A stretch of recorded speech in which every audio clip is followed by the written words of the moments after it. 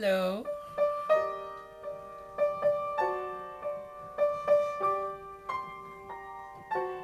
I feel like playing the music is talking a language.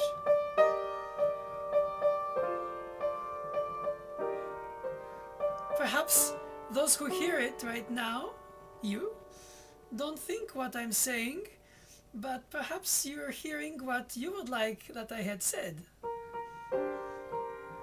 And that's so beautiful that the message doesn't have to be single. Is it just a message? Is it an atmosphere? I think it talks beyond the brain, directly to the soul.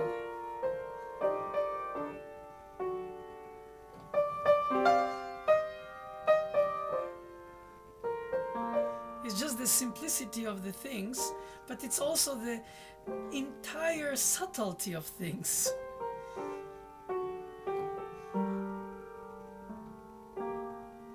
I think most of us don't realize how much we have capacity to enter in the subtlety of things that we don't have to describe or explain. Perhaps just feel. And music is like some kind of soundtrack of our soul, daily life, of our dreams, of our expectations.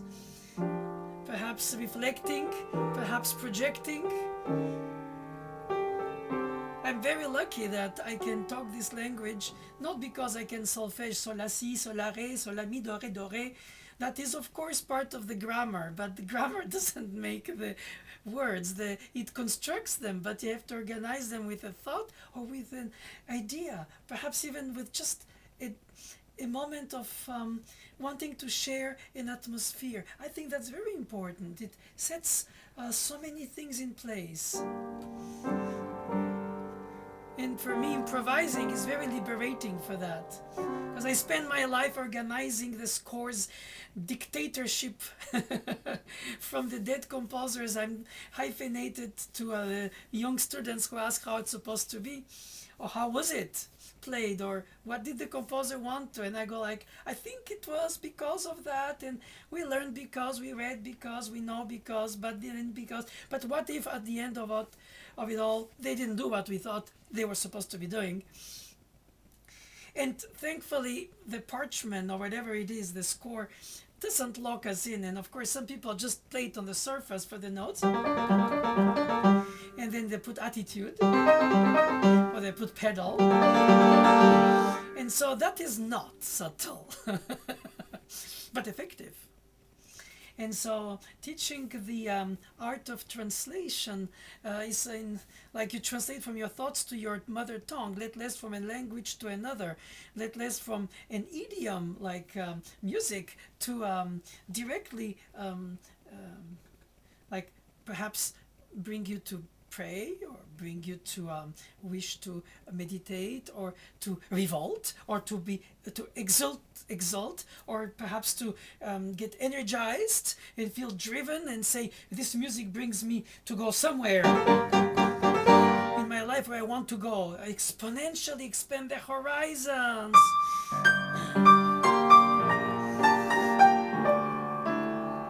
And the music of the past is present. Well, anyway, the present is already past. That's the idea of the ephemeral. But nevertheless, it remains like an unbelievably incredible fragrance that we just memorized, because it touched us at a deeper level than only perhaps the understanding or perhaps the misunderstanding. But the point is that we try to make sense of all of this, and we shouldn't. We just let ourselves in the daydream.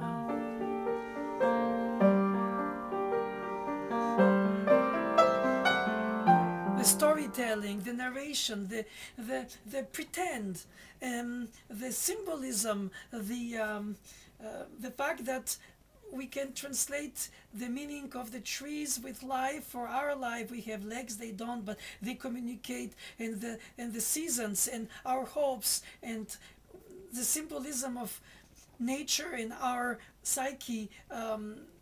Music somehow brings that together. It's like a poetry of the words without the words. Poetry itself, poetry of the thoughts. Um, Poetry is just reflecting on the sound of the words, even without their meaning, or because without. Then you can assign a meaning to a beautiful sound, regardless if it exists or if it's not. You can imagine and perhaps by mistake create your own syntax and say, oh, this is how I like to express myself because it fits my quirky way of understanding the world. And who understands the world anyway? Historians, philosophers, economists, they all explain to you things, and at such a scheme of events you go like, oh, what am I, just a drop in this ocean, making sense of it. I come from somewhere, but I didn't choose, but then it becomes my patriotic feeling. But then, like they say French music, German music, they don't say German, they say music. But for the English or the Spanish, it's like side orders of music because it's folkloric. But German music is music. Ballet is Russian, even if imported by Petit Pas, French one. So we associate some of the great things to certain cultures, and ancient Greece, Rome, Latin, Hebrew, Chinese, endless generations of history to study about dynasties, Egypt, everything, and the future, and projecting in science and understanding the micro, the macro, the nano, the oh my god, all this is like woo! In our brains. I get excited and driven to share these things because I find that if you don't contextualize, you don't understand, and if you don't contextualize, then you could daydream it outside of it. I mean, Mozart didn't have a piano, and I played the Turkish march on the piano. But is it lesser the Turkish march? Perhaps it's a translation. Perhaps he wouldn't like it on this instrument, but it means to us something, and it's timeless. I don't have to be 18th century to enjoy that. Perhaps if I read a text from 18th century in a given language, I have to understand and study the grammar and the words. I mean, obviously the languages evolve, and music doesn't get frozen, but in a way it's more universal. I can play all kinds of music on the same piano, even if I translate it, right? Lost in translation. But I find that it's very jubilational to be able to share the music you love, or perhaps the painting you like, or perhaps the poetry you just read, or perhaps somebody's funny story that you think, oh, I'm gonna make these friends of mine enjoy that stuff. Because you tell, or the ancient Greek rhapsode who was telling the epic story tales, a rhapsodic. And so those things, and you realize that at all times humans had to communicate. They have humor, they laugh, they think, they speak, they invented speech. Well, actually, they shaped it. I mean, animals also correspond to each other differently than only with speech. So they have their own ways of connecting, and we don't always understand, of course. But sometimes we don't understand some type of music that less. So to send another species communicating among themselves. It's marvelous to imagine how much all of this is about communicating, either to preserve from the others, either to exponentially expand into the others. Nature can be cruel as well as nurturing. We are fragile at birth, but also with an incredible potential to develop to become something marvelous or something horrible. It's our choice, or sometimes lack of, regardless how we think of it or see it. But we feel some kind of driven by some kind of call. Is it something that we sense or we feel, or we feel like an affinity to a person, to a place, to a perhaps past place, or place that doesn't exist anymore? We reconstruct it by being historian or perhaps archaeologist, or in our mind reading, and we travel in another mind set, and we imagine things without even to be told and displayed on the film. Perhaps the film is also much more the video game, the representation of the icons for the religion representing the sacred. yes, the humanity needs visual, but I think the sound helps travel in one's own mind even more freely and imagine the characters of the storytellings that we read or we are told. If we have big vocabularies or simple few, we can enter in the subtleties because we can understand it in a different language. You cannot translate humor, or hardly. You cannot translate atmospheric things that have quirky ways in a language that makes it all of a sudden so touching. And that's why when you hear an ornament in Bach and it's not like in Chopin,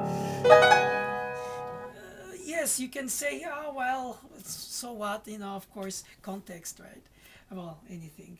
It's culture and cultivated and subtlety and humility and say, oh my God, the more I know, the more I realize that I will never know enough or understand, but curiosity and generosity combined instead of becoming slave to some elitism and then arrogance and attitude and I know and it's supposed to be that way because blah blah blah. I think that we have to build some kind of self-esteem for ourselves. We cannot just constantly only doubt, though it's healthy. But at the same time, build some kind of value system. Is it for some people religious, for some moral or moralistic, right from wrong. Explore what touches us and how we reach the others, whether it be through a storytelling, music telling, film telling, any form of expression of our humanity, even art artificially, recreating it, but at the same time mirroring all of our souls into the storytelling, and we start believing in it, even if we know it's just a tale. And so we like to be told the stories since we're children to go to bed. So we like to be pretend and make believe, and it makes us, it's part of our life. Of course we have the concrete life where we build our lives with our thoughts and our organizations and our science and our industries and our concrete ways of building things and people and thoughts and concepts. But ultimately music, at least I think beyond the musicians themselves, creates a sense of bond between many people. Would it be because music is illustrative of a prayer or of a storytelling or of a commercial on TV or of a joke, of a humor or of a cartoon, or at any level music, it's also part of our lives, even if it's not the object by itself, like for musicians, obviously. I can say there's philosophy in everything, but you don't philosophize every time. But in a way, proportions in cooking could be part of philosophy. Why not same thing with music or poetry or anything, sports, everything that you think you make yourself to become better, to start and try to improve on yourself.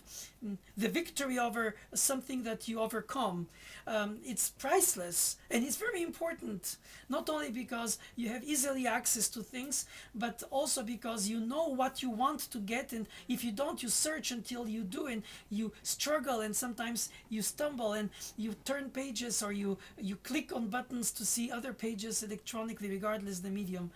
But I think it's very important that music remains some kind of sound cloud of our lives, musicians or not, and especially when not, and start to be attuned to the difference between Mozart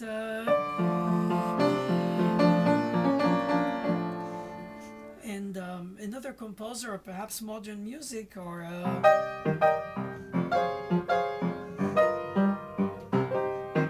it's cliche because I can do pentatonic and I'll be writing Asian music.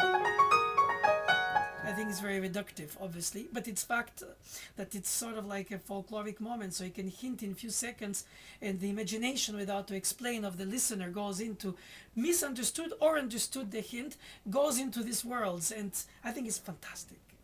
That, I think, is fantastic. Music can immediately, in a split second, make you travel in your mind like a perfume can. I like to think of that. All the senses, the eye, the smell, the touch, of course, the feel, the atmosphere, the cold, the major, the minor.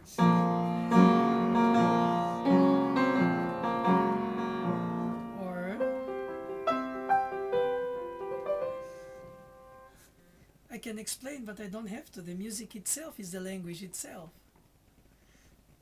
I think we're all sensitive to music, not just because I'm a musician that I'm saying it.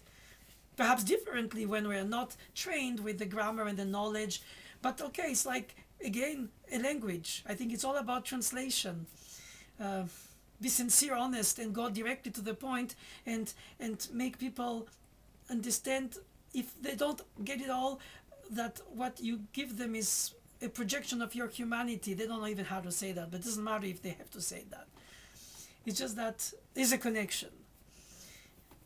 That's why I think it's fantastic that some people in northern Japan study flamenco, because it means to them something. It's not just escapism, but it is partly too, because finition, we all finitude will end, so we want to explore and know, and sometimes we feel trapped in places or inside ourselves. It's all very difficult concepts. I don't pretend that music solves all these inner locks or unlocks all our angsts and fears, and that music makes us all kumbaya happy. I think is also a cliche. It's not an international language by itself. I think it's more that it connects directly to the psyche, but our psyches are tuned differently too. So most classical music is European based because of the old days from the 17th, 18th, 19th century. But lots of Asians play them better, or as well, if not as if they were from that extraction for their centuries behind them in their DNA. See, it's acquired taste which matters. It's because you choose it.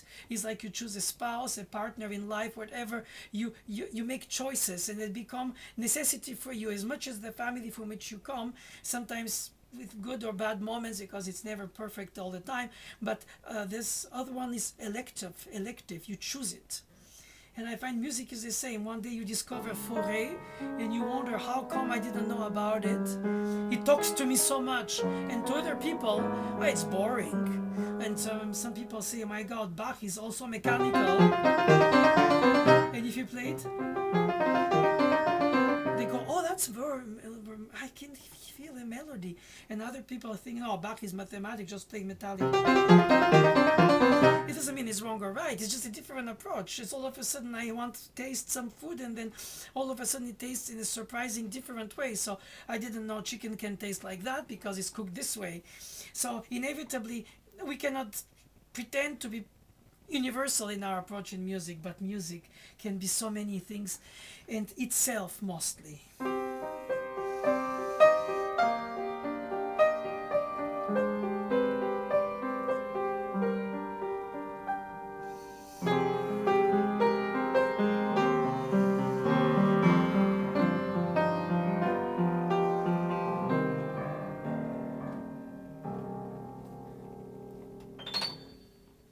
Thank you.